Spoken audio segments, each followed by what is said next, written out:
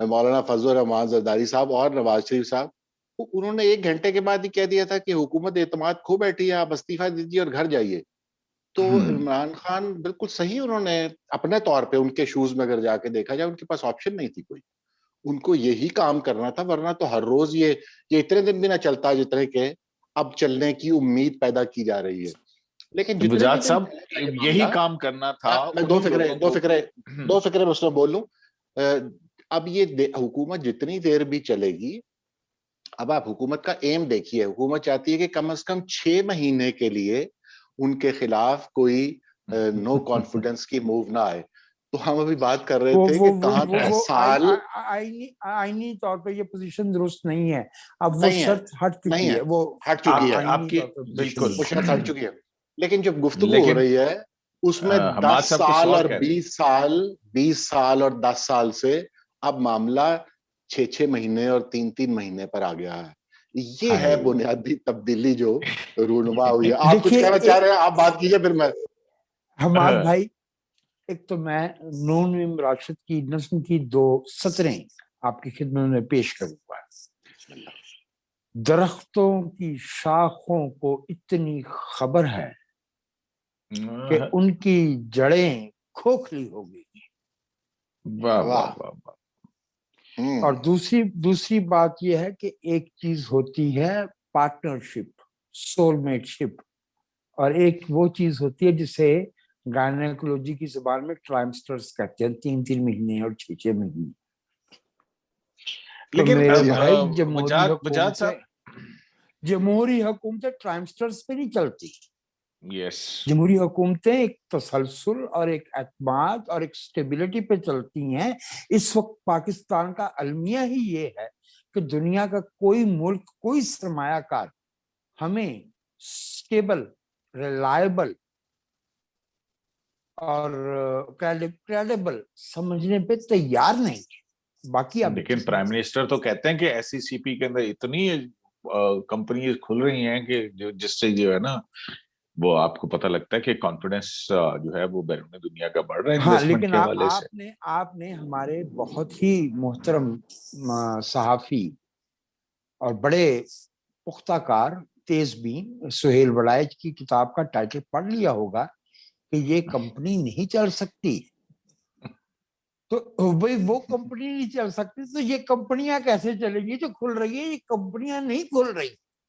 آپ کو یاد ہے 13.5% بینک میں انٹرسٹ ریٹ رکھ کے جو پیسے لائے تھے, جب وہ واپس لیے گئے, معاف کیجیے گا, آنے میں 1.5 برس لگا تھا اور جانے میں 3-3.5 مہینے لگے تھے.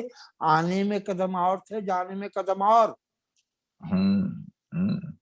اچھا یہ تو ہو گیا. یہ اسٹیبل نہیں ہے. دیکھیں بات یہ ہے کہ وزیر اعظم کے پاس اعتماد کا ووٹ بھی ہے, اور اعتماد جو ہے وہ اب تو سر چڑھ کے بولے گا. آپ کو عمران خان ایک مختلف شکل میں نظر آئیں گے, یا یہی ڈگر وہی پرانی؟ حماد بھائی سے پوچھ رہے ہیں نا آپ. جی حماد صاحب, میں عرض کیے دیتا ہوں. دیکھیں انہوں نے جو تقریر کی ہے آج کی, اس میں انہوں نے بالکل وہی گفتگو کی ہے جو وہ 2.5 سال سے, جو پہلی سپیچ میں انہوں نے باتیں کی تھی, آج کی سپیچ میں یعنی آخری سپیچ میں, اب تک کی آخری سپیچ میں بھی انہوں نے وہی باتیں کی ہیں. یعنی انہوں نے کہا کہ ہم یہ چوروں کو اور ڈاکوؤں کو اور این آر او, وہی مدینہ کی ریاست, وہی ان کی گفتگو تھی. اب بھی ان کے, اچھا آخر میں یہ بھی کہہ رہے ہیں کہ ہم یہ ای وی ایمز لے آئیں گے اور مل کے یوں. او بھائی ای وی ایمز کہاں سے, آپ کا کام ہی نہیں ہے یہ لانا, یہ تو الیکشن کمیشن کی ذمہ داری ہوتی ہے. اور آپ یعنی وہ ایک وہ اسی فضا میں ہیں جس میں کہ وہ روز اول سے ہیں, اور ان کے کوئی آثار نہیں ہے کہ وہ اس صورتحال کو بھانپتے ہوئے اور رستہ تلاش کرنے کی کوشش کریں. یہ ان کا رویہ صرف اپوزیشن کی طرف نہیں ہے, ان کا یہی رویہ اپنے تمام تر اتحادیوں کے ساتھ بھی ہے. یہ اسی کے تو نتائج وہ بھگت رہے ہیں. یہ یوسف رضا گیلانی کا کیا معاملہ ہے, یہ یہی تو ہے کہ آپ تو لوگوں کو اپنا دیدار کروانے پر بھی تیار نہیں ہیں. اور آج وہ تقریریں جو آپ سن رہے تھے, ان کے سارے جو جی ڈی کی خاتون بھی کر رہی تھیں, فہمیدہ مرزا اور دوسرے صاحب خان وہ جو ہیں اپنے ایم کیو ایم والے خالد مقبول صدیقی صاحب, وہ سارے بظاہر ساری پیاری باتیں کرنے کے دوران کہہ رہے تھے کہ آپ نے ہم سے وعدے پورے نہیں کیے ہیں, آپ ہمیں ملنے پہ تیار نہیں تھے, ہم نے تو اپنا وعدہ پورا کر دیا, ہمارا کوئی وعدہ پائپ لائن میں نہیں ہے. یہ ساری گفتگو وہ یہی کر رہے تھے نا کہ یار آپ ہم سے جو باتیں کرتے ہیں وہ پوری بھی کریں. اچھا, وہ ان کا مزاج اس وقت یہ ہے کہ جب یوسف رضا گیلانی یعنی فاسٹ بالر کو جب چوکا لگتا ہے تو وہ باؤنسر کرتا ہے, یہی ہے سارا معاملہ, 50 سال سے یہی چل رہا ہے. اور سیاست میں بھی وہی طریقہ کار انہوں نے اپنایا ہوا ہے, اور وہ طریقہ کار فیل ہو گیا ہے. یوسف رضا گیلانی کے الیکشن نے یہ بتایا ہے کہ وہ طریقہ کار نہیں چل سکا, وہ ختم ہو گیا. اس کی بنیاد پر اب یہ حکومت نہیں چلے گی. اب آپ کہہ رہے ہیں نا کہ سامنے آ کے لوگوں نے اقرار نہیں کیا, تو سامنے آنے کی کیا ضرورت ہے؟ یہ اسپیکر کتنے دن رہے گا؟ یہ پنجاب میں کیا ہونے جا رہا ہے؟ یہ معاملہ جو ہے ایک دفعہ اکھڑ گیا ہے, اب یہ ہوا اکھڑ چکی ہے. اور یہ یقین جانیے کہ یہ تمام پولیٹیکل ہمارے جو سیانے ہیں وہ سب متفق تھے آج سے 1 سال پہلے یہ ہونا تھا, لیکن وہ جو جس کیفیت میں ہماری اسٹیبلشمنٹ تھی اس کی وجہ سے وہ اتنا عرصہ آگے آ گئے ہیں. اور کووڈ بھی ایک فیکٹر بنا ہے. یہ کووڈ بہت اہم فیکٹر تھا, لیکن اب یہ معاملہ جو ہے وہ صاف انہوں نے بتا دیا ہے کہ ہمیں اب تکلیف مزید, ہمارے ادارے کو اب تکلیف پہنچنے کا اندیشہ ہے, بلکہ پہنچ رہی ہے, اور لہٰذا ہمیں آپ اس معاملے میں اتنا ہی شامل رکھیے جتنا کہ ہمیں خبر آئی ہے, کوئی 2-4 فون, یہ بس ٹھیک ہے. یہ اس طرح برہنہ ہو کر یہ کام اب نہیں کیا جائے گا, یہ اس کا اظہار صاف طور پہ کر دیا گیا. جی وجاد صاحب, پرائم منسٹر ایک ہائی مورل گراؤنڈ لے رہے ہیں کہ دیکھیں جن کی اکثریت تھی وہ اقلیت میں بدل گئی. یوسف رضا گیلانی, یہ الیکشن تھوڑی ہے, وہ کرپٹ $60 ملین اور یہ اور وہ سارا کچھ. تو اب اگر سینٹ کی حیثیت کو دیکھیں تو وہاں پہ تو پی ڈی ایم کی اکثریت ہے, یعنی اپوزیشن کی 6 ووٹوں کی اکثریت ہے. تو کیا کرنا چاہیے؟ وہی کرنا چاہیے جو محترم نواز شریف نے مارچ 2018 میں تجویز کیا تھا, اور ہمارے محترم زرداری صاحب اس وقت اس موڈ میں نہیں تھے. تب رضا ربانی تشریف لاتے سینٹ کے چیئرمین کے طور پہ, معاملات ڈیفرنٹ ہوتے. اور اب اگر گیلانی صاحب منتخب ہو جائیں, کیونکہ آن پیپر یہی ہے, لیکن آج ہمارے محترم وزیر اعظم یہ بات بھول گئے کہ اگست 2 تاریخ یکم یا 2 اگست 2019 کو جب حاصل مزنجو نے چیلنج کیا تھا سنجرانی صاحب کو, تو 64 لوگوں نے کھڑے ہو کے ان کی قرارداد کی حمایت کی, اور 14 لوگ اندر جا کے ان کا ضمیر کھڑے لاپتہ ہو گئے. ہاں, یہ ضمیر, مجھے ضمیر جاگنے پہ محترم فضل الرحمان صاحب نے 2002 میں جب پیٹریاٹ اور کاف اور یہ سب نکلا, اور آپ کو یاد ہوگا کہ فضل الرحمان امیدوار تھے پرائم منسٹرشپ کے ایز اگینسٹ ظفر اللہ جمالی صاحب. تو اس وقت انہوں نے جو تقریر کی تھی الیکشن ہارنے کے بعد 1 ووٹ سے, اس میں فضل الرحمان نے کہا تھا, اور جملہ سیاسی کمیونیکیشن مولانا فضل الرحمان پہ ختم ہے. انہوں نے کہا تھا ان ارکان کا ضمیر نہیں جاگا, احتشام ضمیر جاگا.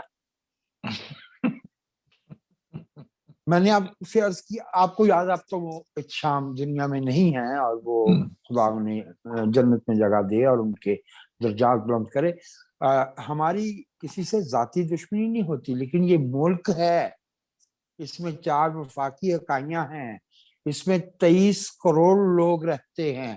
ابھی ہم 22 کروڑ والا منترا پڑھ رہے ہیں, اور بھائی 2017 کی 21 کروڑ 70 لاکھ کی آبادی ہے. آپ اس کے ساتھ پروجیکشن لے کے آئے, دس از 23 crore plus now this country. تو اس کو اس طرح سے نہیں چلایا جا سکتا. جو بات آپ فرما رہے ہیں, میری اپنی رائے میں اب سینٹ کے چیئرمین شپ کے انتخاب میں مجھے اندیشہ ہے کہ گیلانی صاحب نہیں جیت پائیں گے.